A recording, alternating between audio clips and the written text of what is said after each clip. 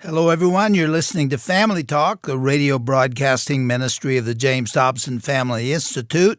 I'm Dr. James Dobson, and thank you for joining us for this program.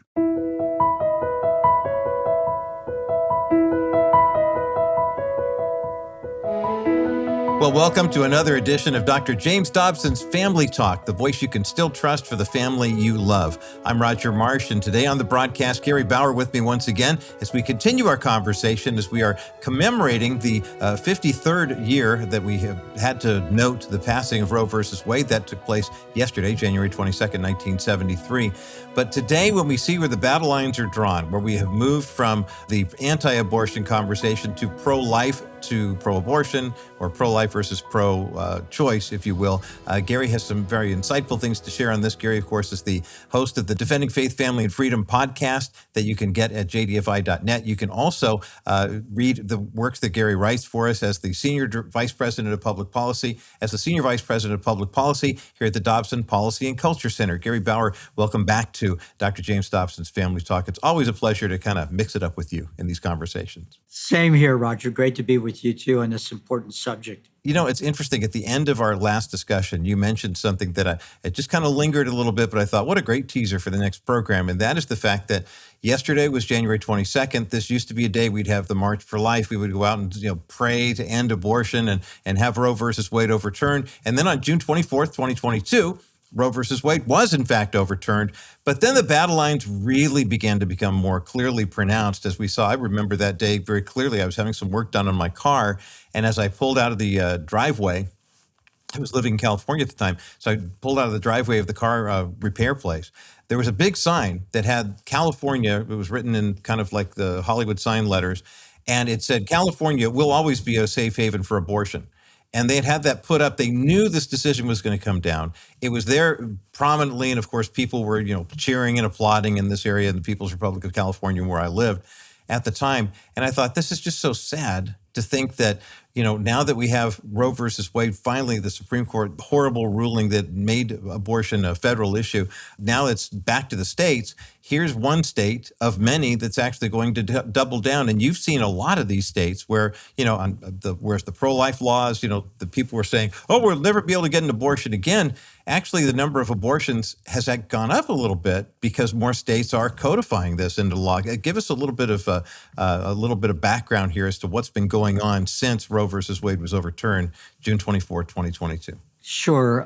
Back to the immediate aftermath, the weeks leading up to the decision, which were filled with intimidation, and then the weeks immediately after the decision, it was very telling and very disturbing to see what happened. One of the things that happened in Washington, D.C., there aren't a lot of groups in Washington that defend faith, family, and freedom. But every one of them experienced vandalism in the immediate aftermath of the decision. Concerned Women for America had vandalism at their office. In the building that I'm in, right outside of Washington, D.C., the Susan B. Anthony List headquarters is in our building. And they had some things I can't even describe on the radio happen to them. I went down to the parking lot to get in my car, and somebody had driven bolts into my tire. And there was absolutely no doubt in my mind that this was an intentional act. We saw all across the country churches and crisis pregnancy centers vandalized, in some cases set on fire. Roger, it was another one of these reminders. I mean, the most violent thing that happens in America every day is abortion. Yeah. Every act of abortion is an act of violence against the unborn child, defenseless unborn child, and it's an act of exploitation against a woman who is forced into the situation, either being abandoned by the father of that child or being abandoned by other circumstances that ends up being exploited in abortion on demand. So all these things are really negative, really very revealing about how abortion is a fundamental threat to all of our liberties and all of our rights. Now, in the time that's passed since then, as you said, a number of states have gone out really with ad campaigns that are lies. They're telling people if your daughter gets raped and gets pregnant, the right wing and conservatives and Christians are going to make your daughter carry that baby all the way through the pregnancy, things like that, you know, and so in quite a few states, they have amended their state constitutions to implement abortion on demand all 9 months of the pregnancy. And Roger, this has been underreported. It's even worse than that. The way these referendum have been written, almost no one realizes that not only in these states did they make abortion on demand the law in that state, but there's wording that makes it very difficult for those states to restrict the transgender movement's demands of men being allowed to go into women's bathrooms, of being required to use the wrong pronouns in order to promote a lie. It's too complicated to explain it on the air, but they use gender language in such a way that keeping a biological man who claims he's a woman out of your daughter's bathroom would be a violation of these referendum guaranteeing no discrimination based on sex, which then guarantees that abortion on demand will continue in those states and the transgender ideology will continue to grow in those states. It's interesting, Gary, when you mention the LGBTQ community, especially with the transgender rights as they are fighting for them very passionately. One of the places that they go after really hard and just fast and furious is after children, young children, very impressionable children. And I know you and Dr. Dobson wrote a book. You told us this day was coming. Back in the early 1990s, you wrote a book called Children at Risk. I'd love for you to take a moment and kind of, without saying I told you so, you did tell us that this day was coming. Did you think it would be as bad and as crazy and as convoluted as it's become with these wild requests and these attempts to destroy the family even further? Yeah, so right after I left the Reagan White House, at the end of his 8 years, Dr. Dobson and I worked together to start the Family Research Council as a major lobbying force for family, faith, and freedom here in Washington. And we also agreed, he agreed when I asked him to write co-author a book, which we did, Children at Risk, The Battle for the Hearts and Minds of Our Children. And in that book, we tried to outline for America that there was this chasm in our country. And on one side, there were a whole lot of people who, broadly speaking, not all of them, but broadly speaking, millions of them believed that God isn't. And believing that God isn't, they take the positions they take on life, on marriage, on family, on all sorts of other issues. And on the other side of that divide in America, there are millions of people like you, Roger, and me, and like our listeners and all of the supporters of the James Dobson Family Institute that believe God is. And believing that God is, we are required to take the positions we do on the freedom of religion, on the sanctity of life, on the meaning of marriage, and a host of other issues. And Dr. Dobson and I argued in this book that in this great clash between these two worldviews, only one side could win. These are not things that you can find a middle ground on. I mean, what, a baby is a human being on Monday, Wednesday, and Friday, but not on Tuesday, Thursday, and Saturday. Right. I mean, it's somebody wins this, and the winner gets our children and the right to teach them what to believe about life and death, love and sex, freedom and slavery, a whole lot of other issues. Well, when we wrote the book, I remember distinctly that Dr. Dobson and I would say, that I don't know, Gary, should we tone that down a little bit? Or I would say to Jim, I don't know, Jim, that might sound a little alarmist there, So we would talk about it. But then the book came out, and here was the most depressing thing, Roger. All the left-wingers attacked the book, but we got a disturbing number of phone calls and letters from Christian leaders saying, what are you guys trying to do? I mean, this is alarmist. That you're exaggerating. This is why Christianity gets a bad name in America.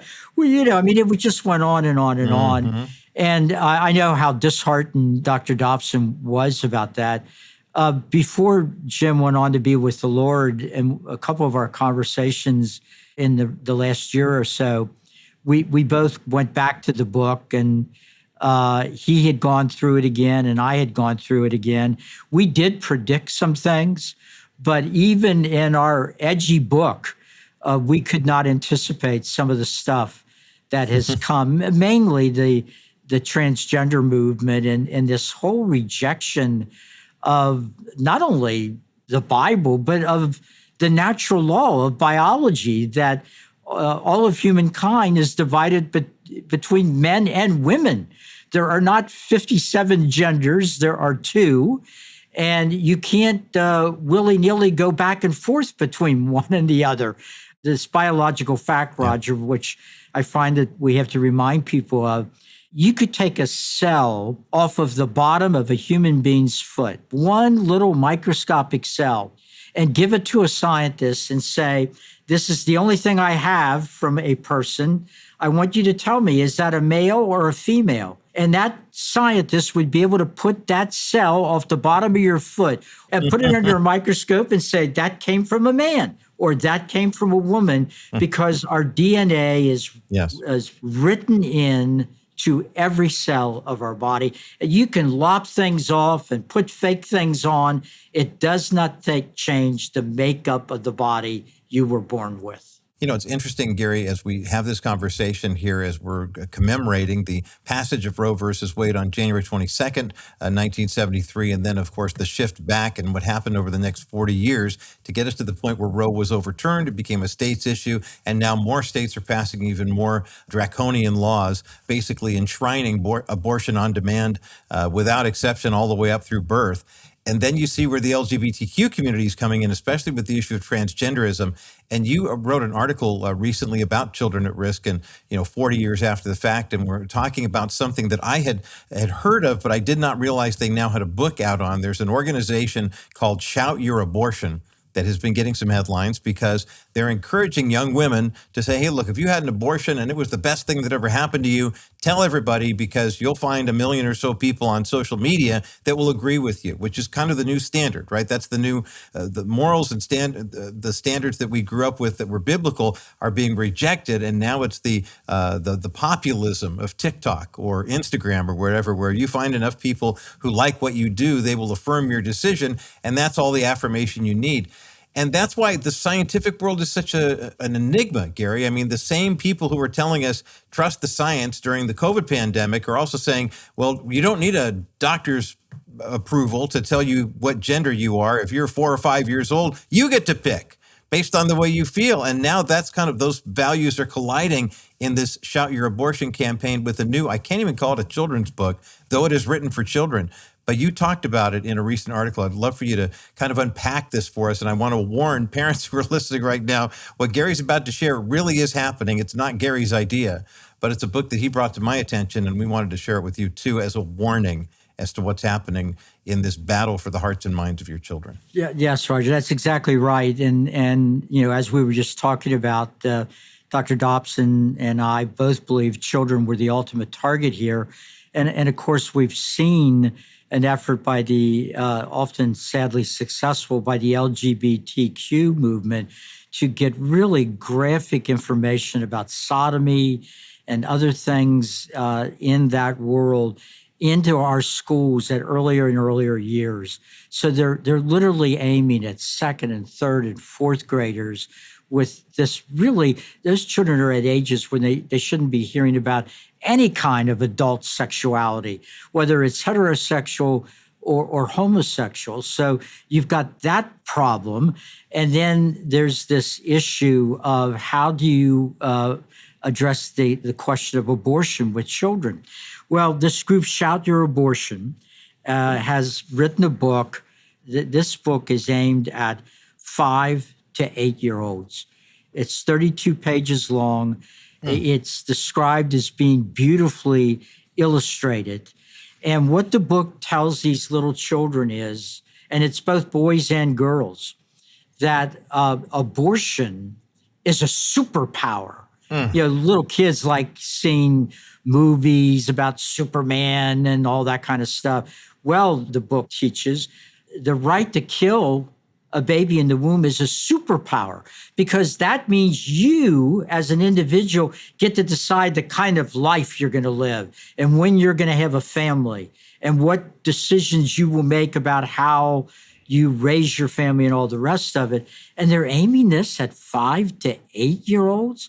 Roger, I mean, look, I'm old enough that if somebody tried to show me a book with that kind of junk in it, my dad, whose nickname was Spike, would have taken care of that guy, and Spike would have probably ended up in jail as a result. And he wouldn't have minded it either, because he was standing up for something that was right, not just what he believed in, but it was actually right and good. Absolutely. So when I first heard about this, and I checked it out, and it's all true. You can, if you got the stomach for it, you can Google it. A child that's 5 years old, they've only been out of the womb for 60 months. And they're teaching a child that 60 months ago was able to live only because that child's mother didn't decide that abortion was a superpower, and they used that superpower to kill that child. So that child escaped and got into the world a living human being. And the pro-abortion movement doesn't want that mistake to happen again. So they want to be sure this little 5-year-old boy or this little 5-year-old girl is taught that destroying an innocent human life is one of the most important things that you can do in your life. I think this is the worst kind of child abuse. And I hope we can come up with some way to shut it down.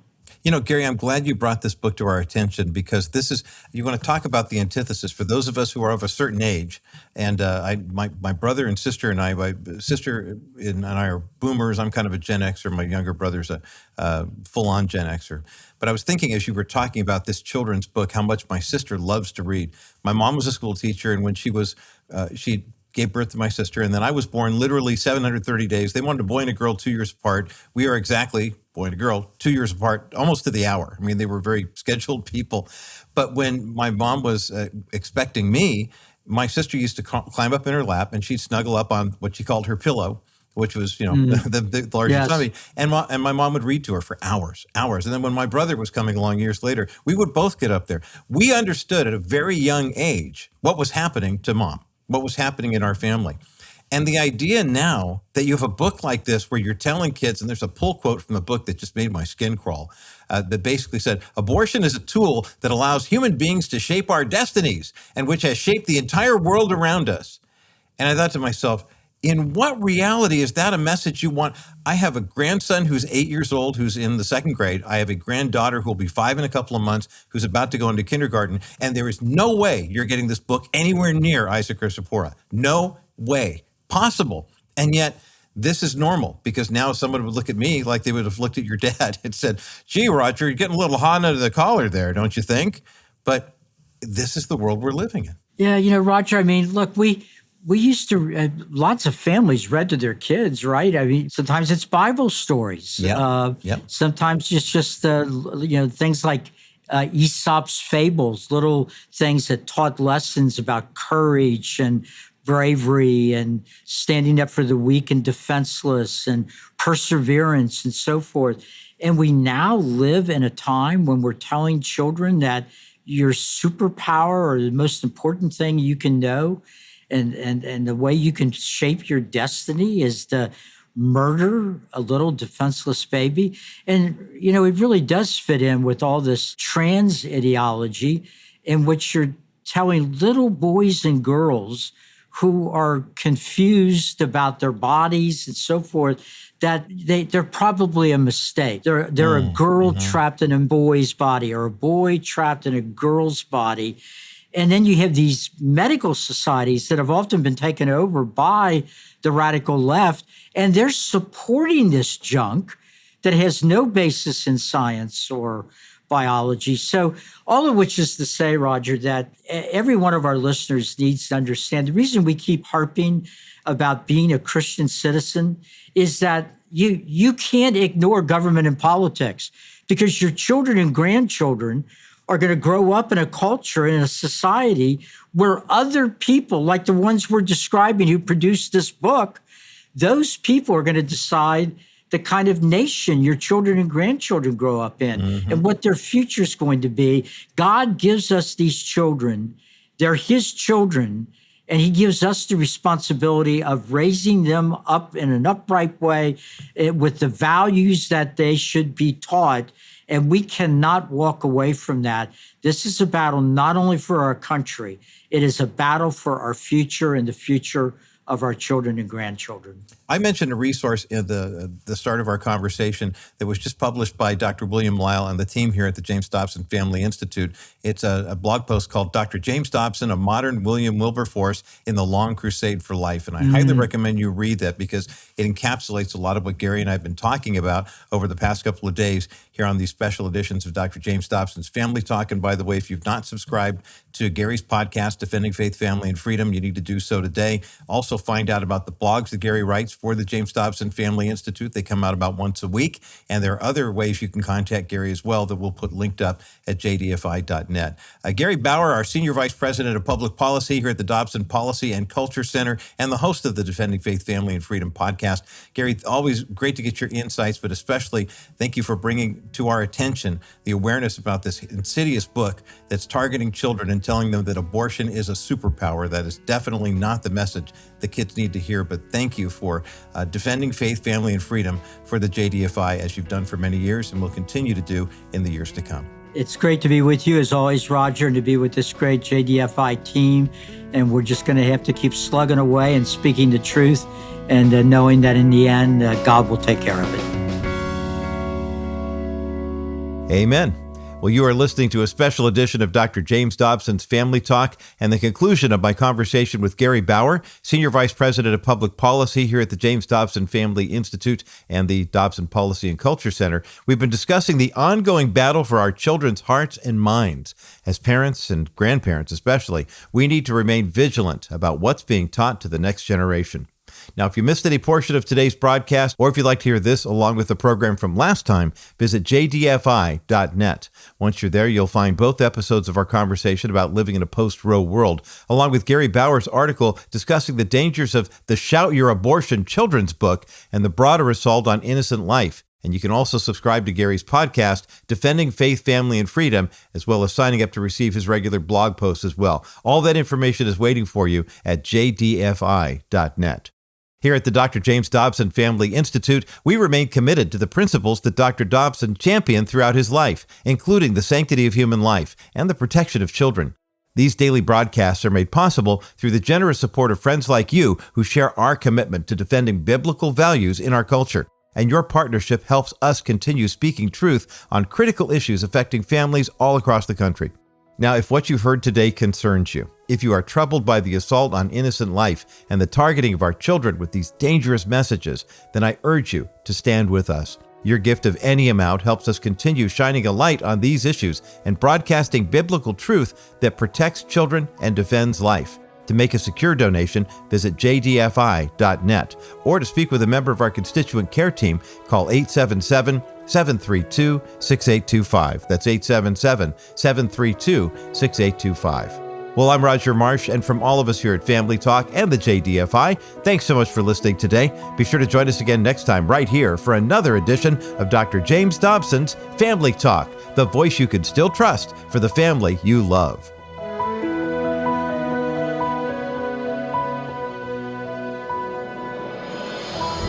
This has been a presentation of the Dr. James Dobson Family Institute. With today's Dr. Dobson Minute, here's Dr. James Dobson. Recent research confirms that the consequences of any parent-child separation are severe. In fact, I experienced it for a short time when I was 6 years old. My mother and father left me with my aunt for 6 months while they traveled. Even today, I can remember vividly the evening they left. I sat on my mother's lap while she told me how much she loved me and how she and my father would come back for me as soon as they could. They drove away as the sun was going down, and an overwhelming sense of sorrow and loneliness settled over me. That feeling was so intense that its pain can be recalled instantly today. In short, even when parent-child separation occurs for valid reasons in a loving home, the boy or girl frequently interprets parental departure as evidence of rejection. And rejection is dangerous any way it goes down. For more information on this topic, visit drdobsonminute.org. This is Roger Marsh from Family Talk. The freedoms we enjoy today were hard-won by those who came before us, and it's up to all of us to protect them. Here at the Dr. James Dobson Family Institute, we're committed to defending religious liberty and the timeless values that shaped our nation. Through our broadcasts, articles, and resources, we equip you to stand for godly principles in your own community. So thank you for partnering with us to protect faith, family, and freedom for future generations.